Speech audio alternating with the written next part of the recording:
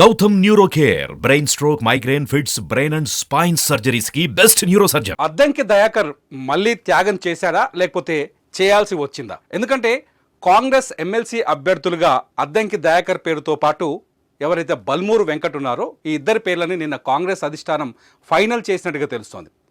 వీళ్ళిద్దరూ నామినేషన్కి సిద్ధం కావాలని చెప్పేసి కూడా అధిష్టానం నుంచి ఆదేశాలు వచ్చాయి. ఇవాళ ఉదయం అన్ని పేపర్లు కూడా అద్దంకి దయాకర్ బల్మూరు వెంకట్ పేర్లను ఖరారు చేశాయి, ఫోటోలు వేశాయి. ఇంకా అయిపోయింది, అద్దంకి దయాకర్ ఎమ్మెల్సీ అయిపోయినట్టే అని చెప్పేసి అంతా అనుకున్నారు. ఎందుకంటే అద్దంకి దయాకర్ మందుల సామ్యాల్ కోసం ఆయన తుంగతుర్తి టికెట్ను వదులుకున్నారు. తుంగతుర్తిలో మందుల సామ్యాల్ కాంగ్రెస్ పార్టీ నుంచి విజయం సాధించారు. అయితే అద్దంకి దయాకర్ని ఆ రోజు సామ్యాల్కి టికెట్ ఇచ్చేటప్పుడు ఎమ్మెల్సీ ఇస్తామని చెప్పేసి హామీ ఇచ్చింది కాంగ్రెస్ అధిష్టానం. రేవంత్ రెడ్డి కూడా అదే హామీ ఇచ్చినారు. అయితే అన్నట్టుగానే హామీ నిలబెట్టుకుంటూ దయాకర్కి ఎమ్మెల్సీ టికెట్ ఇస్తారని చెప్పేసి అందరూ భావించారు. ఇవాళ వార్తలు చూసిన తర్వాత అద్దంకి దయాకర్కి మాట నిలబెట్టుకుంది కాంగ్రెస్ అధిష్టానం అనుకున్నారు. కానీ లాస్ట్ మినిట్లో ఒక పెద్ద ట్విస్ట్ ఇచ్చింది కాంగ్రెస్ అధిష్టానం. అద్దంకి ప్లేస్లో మహేష్ కుమార్ గౌడ్ పేరుని తెరపైకి తీసుకొచ్చింది. లాస్ట్ మినిట్లో మహేష్ కుమార్ గౌడ్ని ఎమ్మెల్సీ అభ్యర్థిగా ప్రకటించింది. బల్మూరు వెంకట్ని యథావిధిగా కొనసాగిస్తుంది. మహేష్ కుమార్ గౌడ్ కాంగ్రెస్ వర్కింగ్ ప్రెసిడెంట్గా ఉన్నారు, పిసిసి వర్కింగ్ ప్రెసిడెంట్గా పనిచేస్తున్నారు. మహేష్ కుమార్ గౌడ్ ఈయన ఎవరైతే బల్మూరు వెంకట్ ఉన్నారో ఎన్ఎస్యూ అధ్యక్షుడిగా పనిచేస్తున్నారు. వీళ్ళిద్దరూ కాంగ్రెస్ పార్టీలో కీలకంగా పనిచేశారు. బల్మూరు వెంకట్ మెడిసిన్ చదివిన తర్వాత కూడా కాంగ్రెస్ పార్టీలో చేరారు.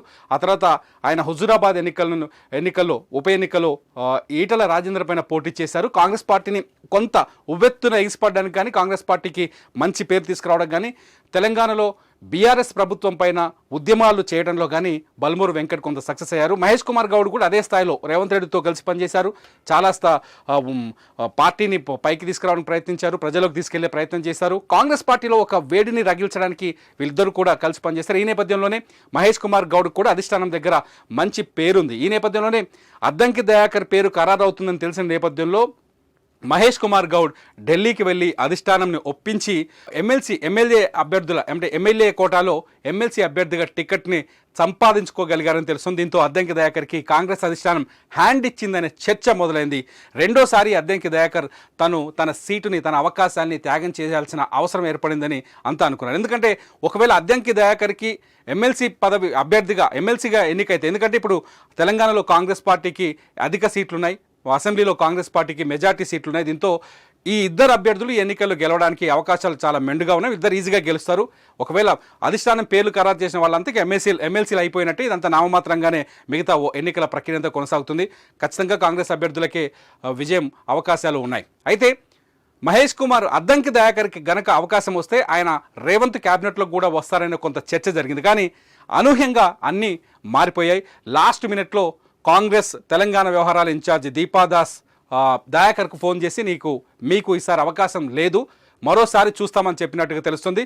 ఈ ప్రకటన తర్వాత అద్దంకి దయాకర్ కూడా స్పందించారు. కాంగ్రెస్ అధిష్టానం ఏ నిర్ణయం తీసుకున్నా తాను దానికి కట్టుబడి ఉంటానని, ఎట్టి పరిస్థితుల్లో అధిష్టానాన్ని వ్యతిరేకించబోనని చాలా స్పష్టంగా చెప్పారు. కాంగ్రెస్ అధిష్టానం తనను గుర్తించిందని, తనకు తగిన ప్రాధాన్యత తగిన సమయంలో దొరుకుతుందని చెప్పేసి అద్దంకి దయాకర్ కూడా మీడియాకి తెలియజేసినట్టుగా తెలుస్తుంది.